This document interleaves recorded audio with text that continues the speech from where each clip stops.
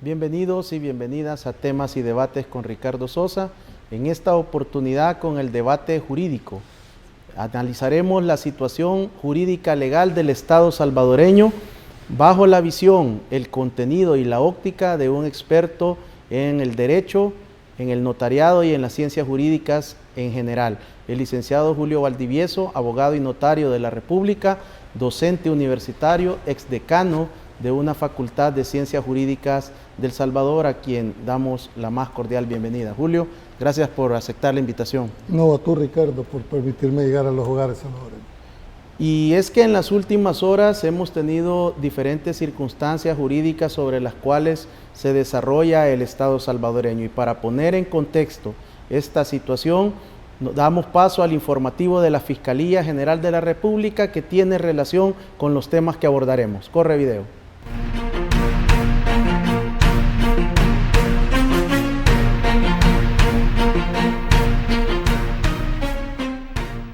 Creo que el fin de semana el país vivió momentos importantes, momentos de tensión que gracias a Dios no llegaron a más. Creo que es importante el llamado que el presidente de la República hizo a mantener la cordura en este tema, a mantener paciencia y que todos los actores políticos puedan ponerse de acuerdo por el bien del país. Algo es claro, estos son momentos que no se deben de volver a repetir. El país está para avanzar y no para retroceder. La Fuerza Armada debe de medir sus actos, la Policía Nacional Civil debe de medir sus actos, porque no es posible que el país vuelva a vivir épocas que ya creíamos superadas. Este es un llamado serio que se les hace y que deben de tomarlo muy en cuenta. Hicieron ver mal a sus elementos, hicieron ver mal al presidente y pues hicieron ver mal a su institución. Les pido por favor que esto no vuelva a suceder en el país. ¿Para esta investigación? Mire, hay denuncias que han sido interpuestas el día de ayer por el FMLN, una contra el presidente de la República y otra contra un ciudadano, contra el señor Walter Araujo. Son denuncias que van a tener su rumbo normal y que se van a depurar y que se va a determinar si existe o no existe elementos constitutivos de delito.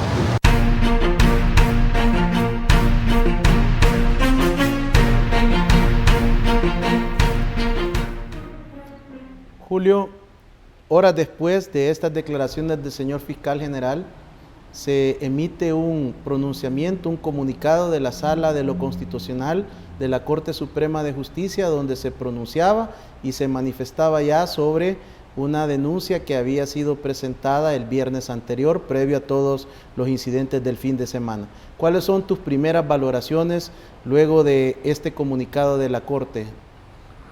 Bueno, es interesante saber los alcances que esto tiene. Si bien es cierto, en honor a la verdad, el hecho de admitir una demanda no significa que una sentencia vaya a ser estimatoria, es decir, favorable a los peticionarios, pero te indica más o menos por dónde se va a ir. Creo de que la sentencia tiene, dijéramos, mejor dicho, el auto en el cual determinan las cuatro medidas cautelares. Y las medidas cautelares en este tipo de proceso proceden si reúnen dos requisitos fundamentales. Uno, que exista la apariencia de buen derecho, y dos, el pericle en mora, es decir, que si el retraso en la decisión podía afectar a la causa a la cual se está pidiendo. Entonces la sala estimó de que reunían las dos condiciones para emitir la medida cautelar y procede a determinarla. A mí me hubiera gustado que esa sentencia hubiera sido dictada antes de las 3 de la tarde del día en que se suponía que iban a pasar las cosas, porque hubiera tenido todos los efectos preventivos para el caso. Claro, aunque la haya dado posterior a esa hora, sigue surtiendo efecto en el sentido que le pone determinadas restricciones al presidente, mejor dicho, al Consejo de Ministros, ¿verdad? Pero deja ahí uno. Y el segundo problema que le veo, no problema, pero creo que se quedó corta la sentencia, es que cuando le ordena al ministro de la Defensa y al director abstenerse de realizar actos fuera, lo dejó en el limbo, no sé, ¿constituyó delito o no constituyó delito? ¿Verdad? O pudo haber dicho perfectamente, bueno, mira que la Fiscalía investigue si la actitud es, pero no dijo absolutamente nada, simplemente giró la instrucción, pero yo presupongo que si llega a esa conclusión es porque el actuar que hizo no fue el apegado a la Constitución. Entonces, eso dijéramos hay que darlas como dar.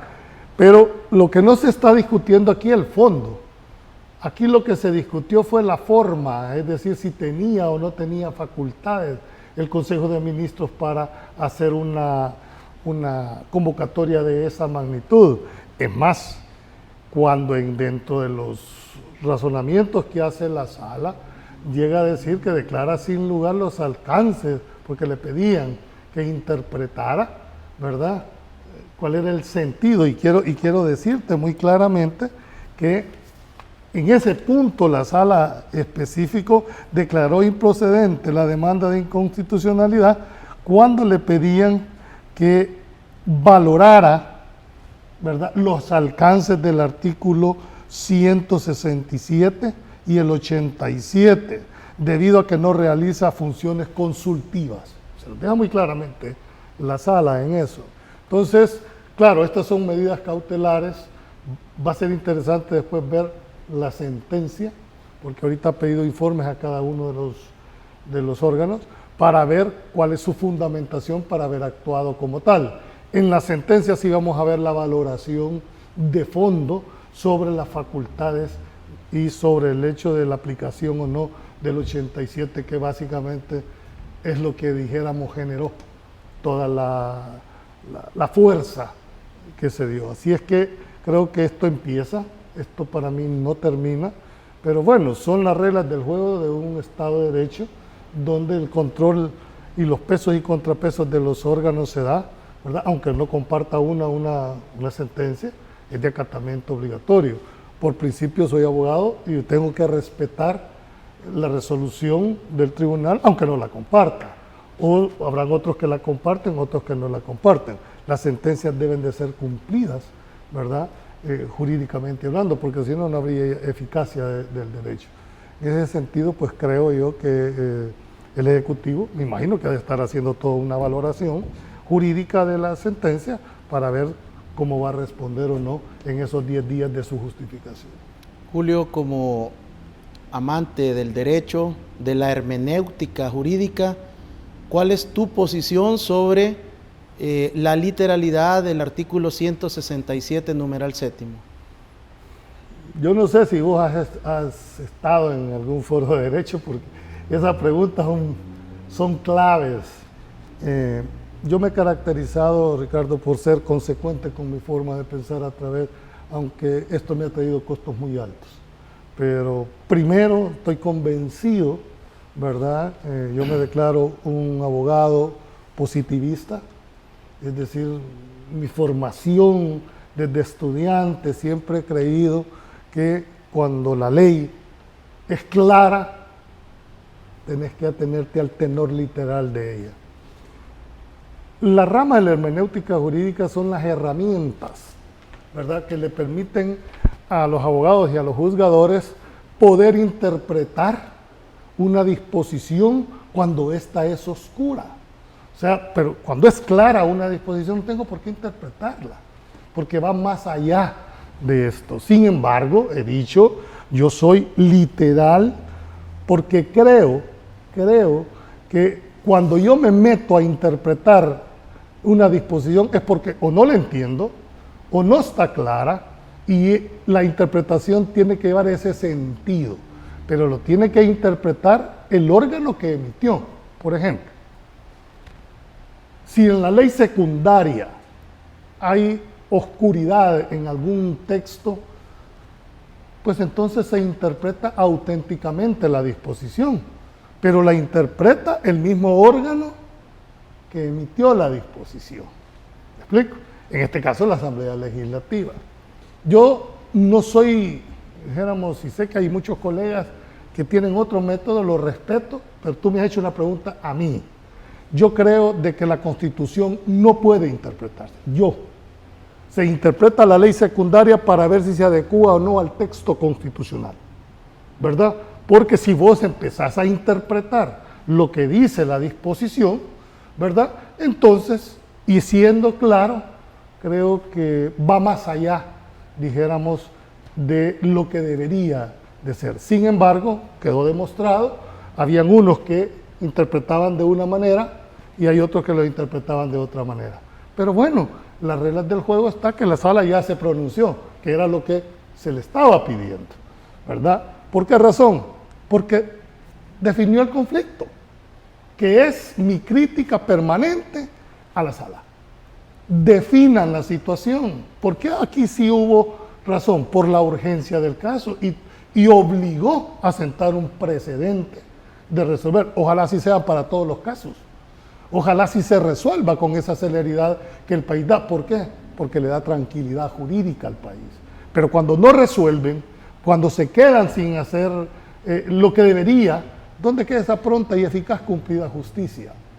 Entonces, siento que en este caso específico hicieron una interpretación integral de la Constitución, ¿verdad? Aplicando, dijéramos, lo excepcional de las razones cuando se declara un estado de emergencia, ¿verdad? Desde ahí, es decir, yo no veo, pero así fue la interpretación que dio la sala, hay que respetarla, aunque no se comparta, puso las reglas claras, y esa es la función. La sala de lo constitucional interpreta normas políticas, actúa sobre la base, pero no de política partidaria, sino de la política en general que establece la Carta Magna. Entonces, creo yo, y eso hay que decirlo muy significativamente, por qué razón yo sigo sosteniendo esta tesis. Y solo te voy a dar un ejemplo. El artículo 85 de la Constitución establece que el único instrumento para alcanzar el poder son los partidos políticos. Sin embargo, se interpretó esa disposición por parte de la anterior sala, ¿verdad? Y permitieron las candidaturas no partidarias. Si tú le preguntas a Julio Valdés, ¿usted comparte el tema de las candidaturas no partidarias? Te digo, sí, claro que sí, pero no es lo que establecía la Constitución.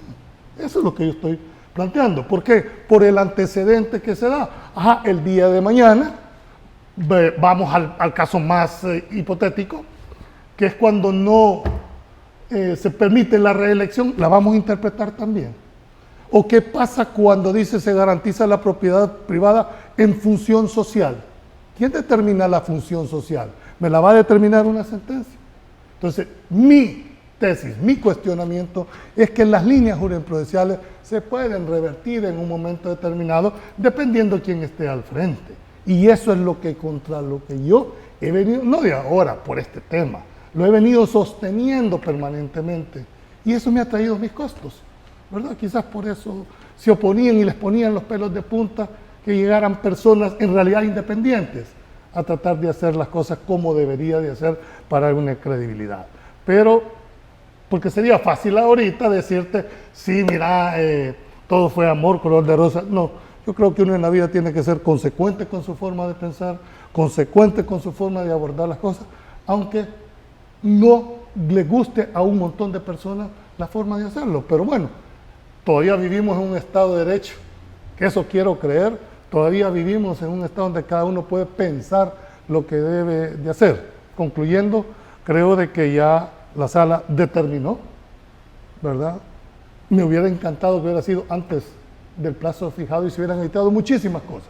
Pero bueno, se dio y creo que reafirma una vez más, ¿verdad?, que cuando se quiere poner con los instrumentos que la misma Constitución da, tener los resultados positivos que se acaban de dar. La Sala de lo Constitucional tiene un plazo para entregar esta sentencia relacionada específicamente a este caso. No. Es más, nosotros le llamamos plazos inofensivos, porque sí existen unos plazos ahí, pero si tú me preguntas si alguna sentencia sí ha sido dictada dentro de los plazos, es posible que lo haya. Lo desconozco, pero no es la regla, es la excepción. Y eso es lo que en realidad este país, no solo en el caso de la Sala de lo Constitucional, la mora judicial es tan alta en este país. Yo he sido uno de los principales críticos de lo que los litigantes pedimos, lo que la ciudadanía pide al órgano judicial, es que le resuelvan. Yo no le estoy pidiendo que me resuelvan a mi favor cuando estoy en un juicio, pero si lo hacen, bueno, gracias a Dios. Lo que quiero es que resuelvan en un sentido o en otro. Si la petición que yo hice, el juez resuelve sin lugar, pues me habilita para hacer los recursos correspondientes. El daño más grande que tiene un país es la no resolución o la falta de resolución, Ricardo. ¿Por qué razón? Porque ni te dicen sí, pero tampoco te dicen no. Aquí hay casos que tienen 6, 7 años y no se han resuelto. Ajá, y esa pronta y eficaz cumplida justicia, ¿dónde está? ¿Quién va a responder? ¿Por qué unos casos se resuelven de una manera tan ágil, con sentencias express, y por qué otros no? ¿O hay selectividad en la aplicación de la justicia? Juzguen ustedes. Entonces, eso es lo que debemos, como dijéramos, los abogados, el gremio de abogados. El juez, deberíamos de preguntarnos, ¿qué tipo de juez necesita este país en este momento determinado? Y eso nos va a dar la tranquilidad. El órgano jurisdiccional está para ser el peso y contrapeso de los dos, para que la comunidad internacional vea que efectivamente yo no comparto que el sistema judicial nuestro sea lo peor o como lo tildan corrupto. No, habrán malos elementos dentro del órgano, como lo hay en cualquier otra parte, pero no considero, yo conozco jueces muy correctos, conozco jueces que han sido de trayectoria, ¿verdad? Y creo que meterlos en el huacal no es la forma más conveniente. Lo que le ha faltado al órgano judicial es la ejemplarización, es decir, separar a aquellos malos funcionarios, ¿verdad?, que en la aplicación de la ley no han sido lo más eficaz. ¿Qué pasa en las próximas horas o días en relación al comunicado de la Sala de lo Constitucional? ¿Puede el Consejo de Ministros emitir una nueva convocatoria, aunque no utilice a la Fuerza Armada y a la Policía? ¿O en qué condiciones está? No, porque la sentencia le dijo que no lo puede hacer en relación al préstamo. O sea, esa fue la llave que le metieron, porque si no hubiera sido, bueno, es contra esta convocatoria, y ahí se hubiera quedado, sino que fue más allá, fue contra las consecuencias de la no convocatoria, cuando le mete que no puede ser ningún acto tendiente a, y todavía señala al préstamo tal en el cual se conocerá. Según tu interpretación de la literalidad del artículo, ¿bajo qué condiciones se puede convocar? Yo, ahora está claro, como ha dicho, por lo menos en la medida cautelar, que la excepcionabilidad solo se da cuando equiparan a una catástrofe, cuando equiparan a una, dijéramos, algo extraordinario que no se pueda resolver por la vía. Pero esa es la interpretación que le dio la sala, ¿verdad?, que yo no comparto esa parte, porque yo considero que quien debe interpretar la urgencia es quien convoca, no a quienes convoca. Pero hoy quedó definido. Eso es lo que nosotros interpretamos. ¿Por qué? Porque así dice la Constitución. No hay otra forma, no pone requisito. Es más, cuando te vas al reglamento interior de la Asamblea Legislativa, ¿verdad?, establece los tipos de convocatoria. La convocatoria solemne, ¿verdad?, la convocatoria ordinaria y la extraordinaria, dentro de la cual el tema no es si tenía la facultad o no tenía la facultad para convocar. Por supuesto que la tiene.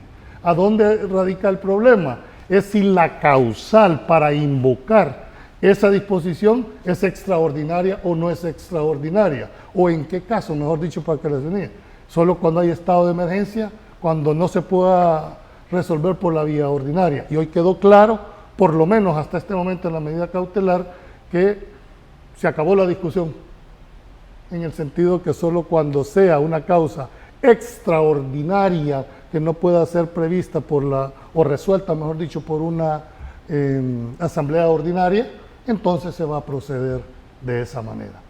Ha sido esta posición muy particular del licenciado Julio Valdivieso, abogado y notario de la República, docente universitario, quien nos ha explicado bajo la técnica de la hermenéutica jurídica su visión sobre este controversial aspecto que se dio en las últimas horas en nuestro país. Regresamos después de este corte.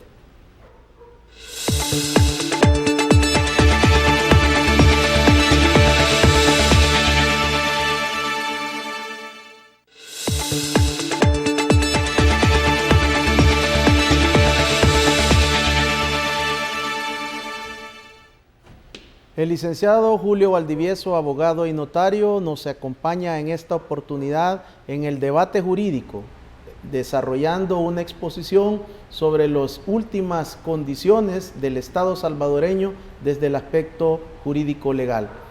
Julio, también dentro del...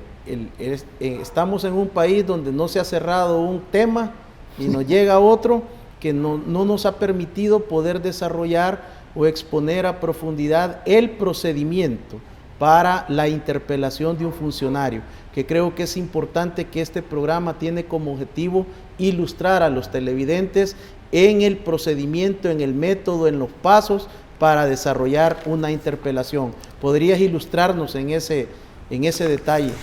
Bueno, la interpelación, dijéramos, es de las etapas en que la Asamblea Legislativa hace uso del control interórganos que deben de tener. ¿Por qué razón? Porque a través de ese mecanismo se llaman a los funcionarios, ya sean ministros, viceministros, presidentes de instituciones autónomas, a que den las explicaciones sobre una política, sobre un problema.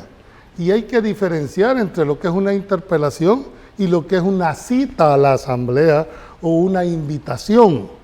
En el caso que se va a hacer de el presidente de Landa y la ministra de Salud, que entiendo yo mal, en mi criterio, muy mal aconsejados, porque debieran de haber ido a la cita. ¿Por qué? Porque una cosa es la invitación y otra cosa es una interpelación. Ya voy a hacer la diferencia. Creo que fue un mal cálculo político de los dos funcionarios, porque sabían ellos que si no iban, se iban a ir por el otro lado, para mí innecesario, de los jugadores. Pero bueno, cada uno es responsable de su... Creo que fue una mala jugada, un mal planteamiento por parte de los funcionarios, porque al final están en las mismas condiciones, los hicieron llegar, ¿verdad? O por lo menos esa es la pretensión, pero ya ahorita bajo ciertas reglas. Hay que diferenciar entre la cita y la invitación y la interpelación. En la cita o en la invitación pueden no asistir, ¿verdad? Por cualquier motivo, que estaba enfermo o que tenía cosas más, cualquier excusa. En la interpelación, señores funcionarios, no. Si no van a la interpelación de pleno derecho, quedan destituidos de sus cargos. ¿Me explico? ¿Por qué? Porque no va a la cita. O sea, la destitución no es por el resultado de la interpelación, no, es por el desacato a no ir a una cita que le ha hecho la Asamblea Legislativa. A la primera. A la primera. Si no van, quedan destituidos de pleno derecho. Esa es la diferencia. Ahora, entremos, ¿qué es la interpelación? ¿Cómo se va a manejar la interpelación? De hecho, creo que le mandaron ya el cuestionario con todas las preguntas que deberá evacuar, dijéramos, el funcionario. 16 preguntas. Correcto. Pero aquí la figura del presidente de la Asamblea es clave. Yo recuerdo que una de las interpelaciones más sonadas que se dio fue en la época en que el presidente Flores era presidente de la Asamblea Legislativa, cuando se interpeló a el presidente del Banco Central de Reserva, el ingeniero Orellana Milla. Entonces, ¿por qué digo que el rol que juega el presidente es vital? Porque él es el moderador. Cuando lleguen los funcionarios interpelados, él procede a leerles los antecedentes y procede a leerles las preguntas. Inmediatamente que pone en contexto al pleno, le cede la palabra al interpelado y él empieza a dar las respuestas cada una. Esas... ¿Abiertas o cerradas? No, ellos van a tener su propia estrategia, ¿verdad?, de cómo va a responder. Eso no es el kit de la cuestión. El kit de la cuestión está en las repreguntas que van a hacer los diputados. El reglamento cierra y permite hasta 3 repreguntas por grupo parlamentario, hasta un máximo de 5 minutos por pregunta. Quiere decir que cada grupo parlamentario va a tener 15 minutos para repreguntar. Y por supuesto que no le van a pedir ni le van a preguntar cuándo nació y cómo está. O sea, entiendo que este es un juicio político. Lo menos relevante son las 16 preguntas. Las 16 va a ser el punto de partida. Y te acordarás, ojalá veas y transmitas en vivo va a ser interesante de ver, primero para ver cómo se manejan y segundo también la capacidad que puedan tener los diputados para poder repreguntar, que entiendo hay abogados en todos los grupos parlamentarios y entonces los funcionarios tendrán que ir muy, pero muy acuciosos y saber responder. Hay una regla básica que uno no debe responder más allá de lo que le preguntan, ¿verdad? Porque aquí hay una costumbre a no contestar lo que se dice. Por ejemplo, cuando tú vas a los Estados Unidos y te preguntan, ¿a qué viene? Entonces que vengo porque mi tía me ha invitado. No te están preguntando, ¿a qué viene? A pasear. O sea, las preguntas y las repreguntas deben de ser muy precisas y muy medidas. Entonces, ¿qué va a pasar después de que hace todo esto? Pues viene la comisión política, tendrá que evaluar todo lo acontecido en la interpretación y llegan a un dictamen. Y pueden pasar 2 cosas. Que el dictamen diga, bueno, las explicaciones que nos dieron los funcionarios nos satisfacen, que lo dudo, porque este es un juicio político, pero pudiese darse el caso si a juicios de los señores diputados esas declaraciones les satisfacen. Entonces va al archivo. O pueden decir, no nos satisface una relación y le recomendamos al presidente la destitución. Pero eso ya queda en el presidente de acatar, porque no es vinculante. La recomendación si es o produce la destitución, si no llegan. Entonces hay que diferenciar. La destitución es por el desacato a una orden de la Asamblea de comparecer. Si no van, quedan destituidos de su cargo, automáticamente. En estos casos no hay apremio con la autoridad competente. Nada, si el efecto jurídico es la destitución. ¿En cuáles casos se puede recurrir a la policía si no llega a la tercera convocatoria? No, lo que pasa es que en cualquier comisión de las que pueda constituir la Asamblea Legislativa, puede pedir el auxilio a las autoridades para hacer llegar por la fuerza a la persona, ya sea como testigo. Pero la obligación es hasta hacerla llegar, no puede obligarla a que declare. Hasta ahí no puede hacer uso de decir, no tengo nada que declarar. Entonces, ¿cómo lo maneja? Ahí es donde debe haber esa argucia y ese interés muy, muy particular. En el caso de la interpelación, no puede llegar a guardar silencio, porque también se juega su destitución. Su destitución. Como le obliga por lo menos con 48 horas de anticipación a que le hagan saber todas las preguntas, mejor dicho. Y ya se las mandaron. Si ya los funcionarios saben cuál va a ser la respuesta que ellos tienen que preparar a cada una de las preguntas. Ese no es el problema. El problema va a ser que de lo que diga van a haber repreguntas que no tenemos la bolita mágica, no sé qué van a hacer, y me imagino que cada grupo parlamentario va a escoger, ¿verdad?, quiénes van a ser los que van, y ya los tengo en la mente por grupo parlamentario, quiénes son los idóneos para contestar o para repreguntar a cada uno de los funcionarios interpelados. ¿Este proceso de interpelación solo es para los funcionarios que detallaste o puede ser hasta con el presidente? Lo establece también, lo establece ya la Constitución, ¿verdad?, que son los funcionarios, y también el reglamento interior, ¿verdad?, a quienes tienen la obligación de llegar, ¿verdad? Entonces, creo que es el artículo 165. ¿Qué nos dice la historia de las interpelaciones del presente siglo y del anterior? ¿Cuáles han sido los resultados? ¿Se ha llegado a destitución o ha quedado en archivo? No, porque eso es una valoración que le va a tocar hacer al presidente. Primero entendamos que la interpelación básicamente es un juicio político, donde más que dijéramos la parte de legalidad, se va a entender cuáles son las explicaciones frente a un problema de interés nacional. ¿Me entiendes? Entonces, la valoración que tiene va a depender mucho de las respuestas que dé el interpelado, más las repreguntas que se den. Te tienen que ir preparados. Esto no es que van a ir de la noche a la mañana a leer y está ahí. No se confíen, no les van a preguntar solo eso que les mandaron a decir. Ese es el anzuelo. No, las repreguntas van a ver ustedes que son quizás los dardos más certeros. Pero bueno, al final va a haber una decisión. Si los diputados no se sienten satisfechos con las contestaciones, pues entonces le van a recomendar al presidente que los destituya. ¿La interpelación puede ser directa sin invitaciones previas? No, establece un procedimiento. Ese procedimiento lo establece el reglamento interior, es decir, ¿cómo lo vas a hacer? Hay todo un desarrollo, no sé si está en el artículo 114, 115 del reglamento interior, que te marca, dijéramos, en este caso de estos dos funcionarios, por no haber atendido las convocatorias. Me imagino. Es decir, creo de que ahí es donde le faltó, dijéramos, el olfato y sobre todo a los asesores de estos funcionarios, porque no pueden negar que existe esta figura de la interpelación.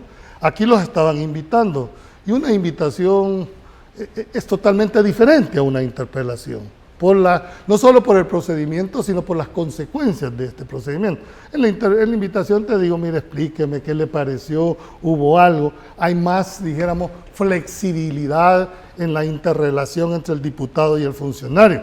En una interpelación cuadrada. ¿Por qué? Porque hay procedimientos para lograr el objetivo. Lógicamente esto es un juicio político, como te lo he dicho, más que legal, es un procedimiento donde políticamente van a evaluar a los funcionarios si el plan, si su reacción fue el más adecuado. Y en esa valoración caben muchísimas cosas. ¿Puede tener su equipo de asesores el funcionario o no puede consultar? Sí, puede llegar, pero, hombre, de sentido común, ¿verdad? Aunque muchas veces no es el más común de los sentidos, pero yo creo que sería mal visto de que te están interpretando. Mire, espéreme, le voy a preguntar bueno, de todo puede haber en la viña del Señor, la verdad que yo he visto muertos botando basura en la Asamblea Legislativa, así que lo pueden llevar, sí, pero que puedan intervenir, no. Pero él puede preguntar a asistirse, temas técnicos, no sé. Julio, en el segmento anterior tú nos detallabas sobre tu posición sobre la Constitución, que no se debe de interpretar en tu línea positivista. Pero, ¿qué pasa en el tema de las leyes y los códigos? En los juzgadores, los jueces y las juezas, está la famosa sana crítica. ¿Esto cómo se combina? ¿Es un criterio particular? ¿Es la opinión del juzgador? ¿Cómo lo combinamos? Bueno, hay que diferenciar lo que es una interpretación de lo que es un sistema de valoración de prueba. La sana crítica no es prueba. La sana crítica es un sistema para valorar la prueba que han vertido las partes en el proceso y tiene a su base dos pilares fundamentales: la razón de equidad y la razón de buen sentido. Esos son los dos instrumentos que le permiten al juzgador. Todos tenemos una razón de equidad, un sentimiento de justicia, es decir, todos, y sin ser abogados, sin ser juez, y tenemos un sentimiento, ¿verdad?, de buen sentido común, pues. Quien no sabe que matar es un delito, no necesita ser abogado. Es decir, esos dos elementos son instrumentos que le dan al juez para valorar toda la prueba que han vertido en el proceso. Lo que pasa es que bajo ese argumento, aquí se han habido atrocidades en cuanto a la aplicación. Muchos jueces te dicen, es mi criterio. ¿Cómo que es su criterio? Aquí no es su criterio o es mi criterio, es lo que dice la ley. Lo que pasa, y hay que decirlo con las consecuencias que esto trae. El día que en este país, en realidad, se aplique el gran principio por lo cual luchamos, que es el de la legalidad, que eso significa, y no porque lo digamos nosotros, en el artículo 86 de la Constitución está manifestado este principio.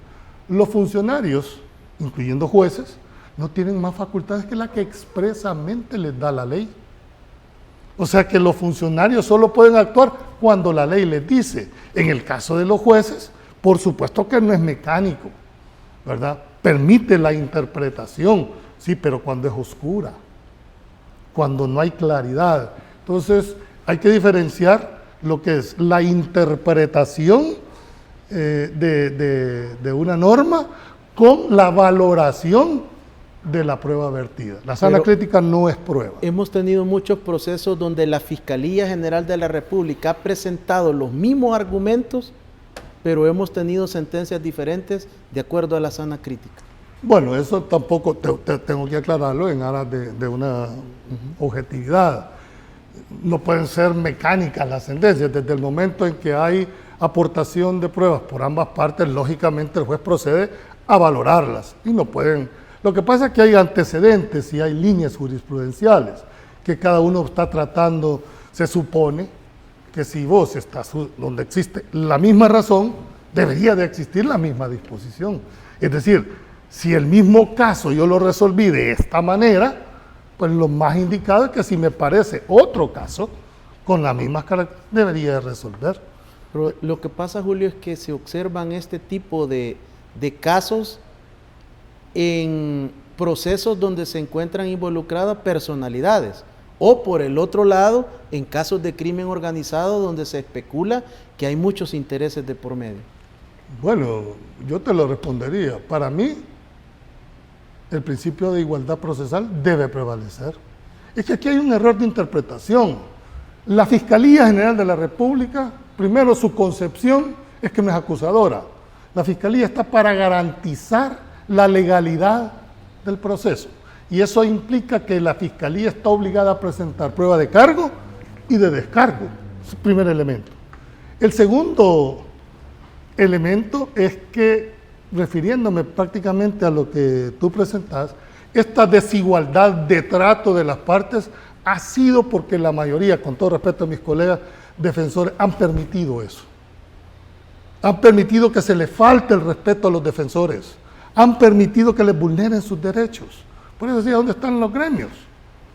¿Por qué razón? Tan parte procesal es la Fiscalía como la defensa. Pero anda a ver si el tratamiento es igual. ¿A cuenta de qué? ¿A cuenta de qué? No puede, pero es porque los defensores han permitido. Claro, es bonito decírtelo aquí en esta entrevista, pero la realidad es la que se termina imponiendo.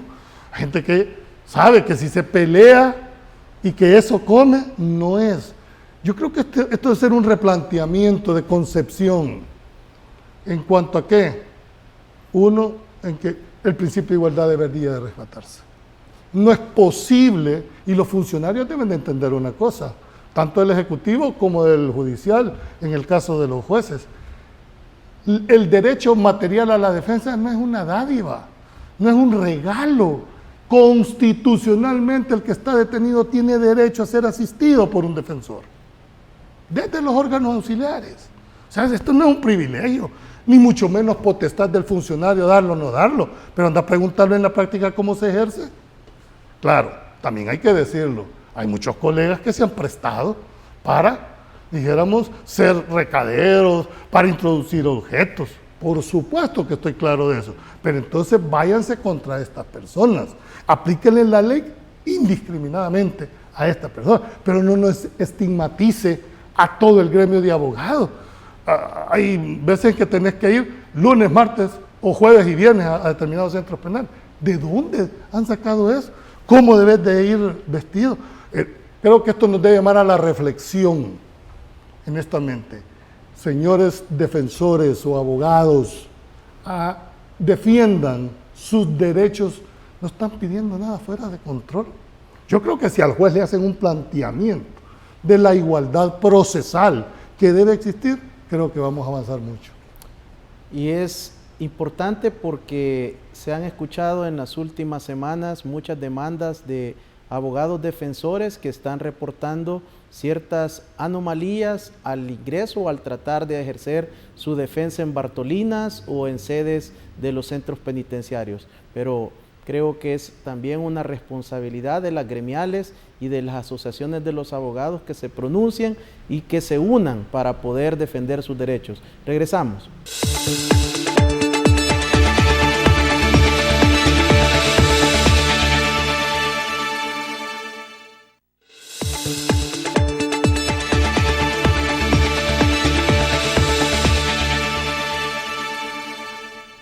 El licenciado Julio Valdivieso, abogado y notario de la República, exponiendo y desarrollando una serie de principios y valores jurídicos sobre procedimientos. Julio, uno de los aspectos que a mí me llama mucho la atención y que he tratado de exponer y posicionar al Estado es sobre el principio de inocencia. No sé en qué momento se inventaron lo de los detenidos, los internos vestidos de blanco, como que fueran jugadores de la Alianza, del Real Madrid, vestidos de blanco, equipados, y por qué desde el momento de la famosa presentación, que no he encontrado hasta ahorita dónde se encuentra la base jurídica para hacer esa presentación de detenido. La Fiscalía dice que es responsabilidad de la policía no da respuesta, pero mientras tanto la gente es expuesta como un trofeo, como una medalla al momento de ser presentado. Bueno, gracias por esa pregunta. No todos abordan este tema con la seriedad y la profundidad que significa. Yo no sé si es principio de inocencia o principio de culpabilidad, porque voy a decir lo que dice la Constitución, no lo que dicen o lo que interpretan de la Constitución. Aquí te dicen que se presume inocente mientras no se le pruebe lo contrario en un juicio público en el que se garanticen todas las... Se la presume, lo que dice, pero aquí es al revés. Aquí todos se presumen culpables mientras aquel no demuestre que es inocente. Eso así ha sido, no solo aquí, sino que históricamente se ha venido. Y es que, ojo, la presunción de inocencia no solo está orientada a que tú le des que es inocente. No, señor, va más allá. La presunción de inocencia es también al tratamiento que se le debe dar al detenido como inocente. Pero cuando a vos te sacan en primera plana, como con garrobo amarrado en esto, ¿verdad? Estás violándole el principio. Y tan delincuente es, o partícipe de esto, un pandillero, ¿cómo lo puede ser alguien de saco y corbata? O sea, la ley no distingue el tratamiento, porque a uno lo va a tratar de una manera y a otro de otra manera. Eso es lo que no encuadra en los últimos acontecimientos que has visto, han criticado, dijéramos, porque a unos sí y por qué a otros no. Creo que eso merece y amerita en realidad una nueva concepción. Para mí, la presunción no solo está que me presuman, sino que me den el tratamiento como inocente. Y además la carga de la prueba, yo no tengo por qué probar que soy inocente. ¿Yo por qué te voy a probar a vos? Tú me vas a probar tu afirmación. Si tú crees que yo he participado en la fiscalía o el creyente en su caso, ¿verdad? Deberá aportar los elementos para que yo sea autor. Y mientras no hay una sentencia firme, ejecutoriada y pasada en autoridad de cosa juzgada, en otra cosa, que esa sentencia esté inamovible, la presunción lo protege. No solo de que se le crea inocente, sino que lo traten como inocente. Eso es lo que dice el deber ser. La realidad es otra. Pero eso ya no es problema del legislador, ese es problema de la aplicación. Termino con esto. El problema de este país no es un problema de leyes, es de aplicación de la ley. Y sigo insistiendo. Si el que la va a aplicar no es ecuánime en cuanto a su aplicación, que porque es mi adversario la aplico y porque es mi amigo se le interpreto, no vamos a salir del hoyo donde estamos jurídicamente hablando. ¿Por qué nunca se ha observado a un abogado defensor oponerse a este tipo de presentaciones? Bueno, desconozco. Honestamente desconozco si lo habrán hecho o no lo habrán hecho, ¿verdad? Yo te estoy haciendo un análisis doctrinario un análisis, dijéramos, estrictamente jurídico del enfoque. Y es que esto no es una dádiva, esta es una garantía constitucional. Sí, no puede haber reglamentación, no puede haber ley. Los presupuestos constitucionales son de aplicación directa. O sea, los jueces están obligados a aplicar en forma directa la Constitución. En ese criterio, Julio, ¿cuál es tu posición sobre los privados de la libertad en condición que no han sido condenados, podrían votar? Sí, es que mientras no hay una sentencia, en mi criterio, mientras no ha habido una sentencia condenatoria, todavía siguen manteniendo, en base a la presunción, sus derechos políticos. Sería muy interesante porque esta proporción dentro de los 39,000 privados de la libertad actualmente en el sistema penitenciario podrían definir una elección. No creo que sea tan así, ¿vea? Porque primero habría que ver cuántos de esos privados de libertad de los 30 y son pico más del mil, 20%, Julio, que ¿cuántos? están esperando No sentencia. tengo esa cifra, ¿va? Entonces ponerle el 20% de 39,000, ¿cuántos serán? 8,000. ¿8,000?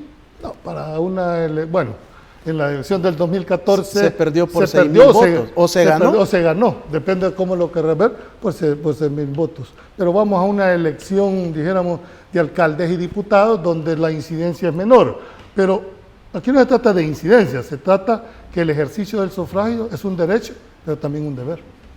Julio, en relación al caso que también ha perdido presencia mediática por este tema de las últimas horas, es el juicio, en este caso sí, por negociaciones con miembros de la estructura del crimen organizado y de las pandillas, por funcionarios, exfuncionarios, políticos y algunos personalidades.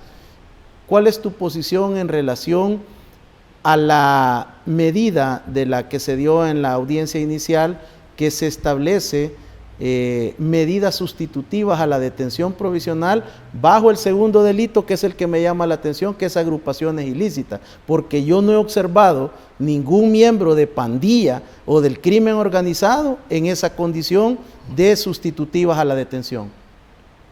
Estaríamos siempre con el principio de la selectividad que hablabas. Quiero poner en contexto.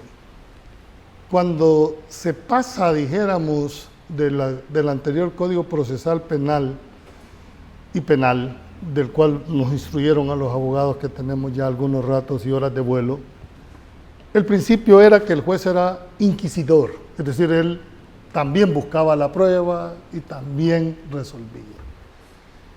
En el 98, que es cuando empieza a establecerse el Código Penal para América Latina tipo, se pretendió homogenizar todas las legislaciones penales de América Latina. O por lo menos eso fue lo que se nos dijo en aquella oportunidad. La detención provisional, oí bien, es el último recurso de que los jueces deberían de echar mano para resolver un proceso. ¿Por qué? Porque eso evitaría hacinamiento. Tú mismo me acabas de decir, el 20% de los privados de libertad están en la fase de sumario. Pero como la detención provisional ha sido modificada, pueden estar hasta 2 años. Y si le metes recursos, en detención provisional, que no significa, pero pasar 2 años en ese calvario, perdóname, es otros 100 pesos. Además, fueron declarados inconstitucionales por la sala anterior el régimen penitenciario. Entonces, cuando me decís, ¿por qué a esto les dieron? Es que esa era la medida. La excepción era la detención, pero aquí se volvió al revés, la regla general. Ahora, por miedo, por genuflexia, por colgarse una medida, por lo que tú querrás, la regla general es la privación de libertad. Y rara, esta fue la excepción, pero en realidad no debería de ser así. Tanto derecho tiene los actuales a ese beneficio, ¿verdad?, que es calificado por el juez de la causa, como un pandillero. Muchos han criticado la labor del fiscal, sí, pero la labor del fiscal se la legitima el juez. No solo es una decisión, yo la pedí. Bueno, es más, el fiscal había pedido $100,000. Y había pedido brazalete y no se los dieron. Pero es una decisión fue la decisión del juez. órgano judicial, más se la bajó. Entonces, no estoy tratando de defender a nadie, estoy tratando de poner en contexto la realidad. Entonces, que no es una decisión de la Fiscalía. No es una decisión de la Fiscalía como se ha pretendido hacer. Es más, creo que la Fiscalía en cada caso de esto debería ser exacta, siempre y cuando, muy bien, se garantice, hombre, que el arraigo, siempre y cuando se garantice que no se vayan a ir. Julio, ¿cómo ves rápidamente, se me acaba el tiempo, cómo ves la posición de la voluntad del doctor Raúl Melara como fiscal general de la República de atender este tipo de delito después que sus 3 antecesores no lo habían querido atender? Hombre, lo conozco en el sentido, fue uno de mis alumnos, sé de su trayectoria, sé de su capacidad y algo quizás lo más importante, y no me vayas a decir que lo estoy, porque no tengo ni siquiera contacto, no soy penalista, te advierto, no soy penalista para que no se vaya, no tengo casos que te quiera defender a la Fiscalía, pero le he visto voluntad política, de querer, más que voluntad política, la valentía de hacer ciertos casos que antes ni siquiera se puede haber visto como tal. Ahora, en materia procesal no solo basta tener el derecho, hay que saber probarlo y que te lo quieran dar, por lo menos la parte. ¿Qué es lo que le hace falta en mi criterio al señor fiscal general actualmente? Que entienda de que él es el garante de la legalidad, que no solo está para temas estrictamente penales, sino para ver que el Estado de Derecho se esté comportando. Y aquellos funcionarios que no cumplen con esa legalidad, tienen toda la obligación de procesar. Pero aquí, en este caso, tuvo muchas críticas el señor fiscal, pero todos pasaron a instrucción, y eso creo que le asiste la fundamentación de cómo presentó en forma el caso. Bueno, y fue criticado que era de arena, de que iba a ser parcial. Esto confirma lo del fiscal general, que a los funcionarios los vamos a evaluar por su resultado, no por su filiación política, no porque a dónde pertenezca. Yo evalúo las actuaciones. ¿De qué me sirve uno pseudo independientes que bajo el mote de pseudo independientes llegan a la corte, llegan a la fiscalía y son más genuflexos a los poderes que los que dicen que puedan ser partidarios? Creo que hay que evaluar por los resultados a un funcionario y no por de dónde viene o por dónde ha sido su trayectoria. Me quedó una inquietud. Ajá. En el primer segmento, cuando vimos el tema sobre el proceso que se generó en la Asamblea Legislativa, ¿me da la impresión o es que estás defendiendo la actuación del señor presidente de la República o validando su actuación? Mira, primero no tengo por qué defenderlo, ni me lo han pedido ni lo he hecho. Es más, yo no soy santo de devoción del grupo del señor Bukele. Yo lo que he hecho es ver la constitucionalidad o no en su actuación. Si alguien ha sido crítico, ha sido tu servidor, pero precisamente por eso me da la legitimidad de poder enfrentar. Yo no tengo ningún sesgo político y tengo ningún interés. Vi una actuación que a mi juicio es lo que yo puse. Así que gracias también por la pregunta. Bueno, no lo estoy defendiendo, no me lo han pedido y yo tengo una premisa. A ningún metido le va bien. Entonces, si no te lo han dicho y no te lo han pedido, no. Si así lo interpretan esto, los que van a ser detractores, hombre, será problema de ellos. Yo quiero ser consecuente, tengo 35 años de ejercicio profesional, tengo mi cara levantada y no tengo por qué estar defendiendo a nadie. Defendí lo que yo creo que debió haber sido yo, en mi carácter de abogado. Así que no tengo ninguna agenda, ni mucho menos defenderlo. Julio, ha sido una excelente disertación, como que estuviéramos en las aulas, que es tu piscina, formando nuevas generaciones en el derecho, en las leyes, en el país. Así que agradecerte y te vamos a seguir molestando para abordar este tema del principio de inocencia. Creo que hay que darle tratamiento al hacinamiento carcelario y otros temas que necesitamos que tener esa orientación y esa formación. No, a ti, Ricardo, yo sé que estos temas son muy sensibles, ¿verdad? Pero hay que darle, creo que el timing llegó. Ya llegó el momento en que nos sentemos y empecemos a evaluar si lo que hemos venido haciendo es lo correcto o no es lo correcto. De igual manera, me llama mucho la atención el hecho de tratar de sentar la base jurídica que la detención debería de ser la última instancia, pero estamos tan acostumbrados con este modelo que lo vemos anormal cuando se cumple la misma ley. Exactamente. Es más, yo te aseguro que si el fiscal sale pidiendo un sobreseimiento, lo destazan, ¿no? Si es que el fiscal no es acusador, eso es lo que quiero que entendamos. Pero vamos a tener la suficiente tiempo, si querés, en otro programa. Creo que este tipo de programas, ojalá se replicaran en todos los medios y dar el aporte que la sociedad merece. Y creo que lo que está haciendo lo está haciendo correctamente.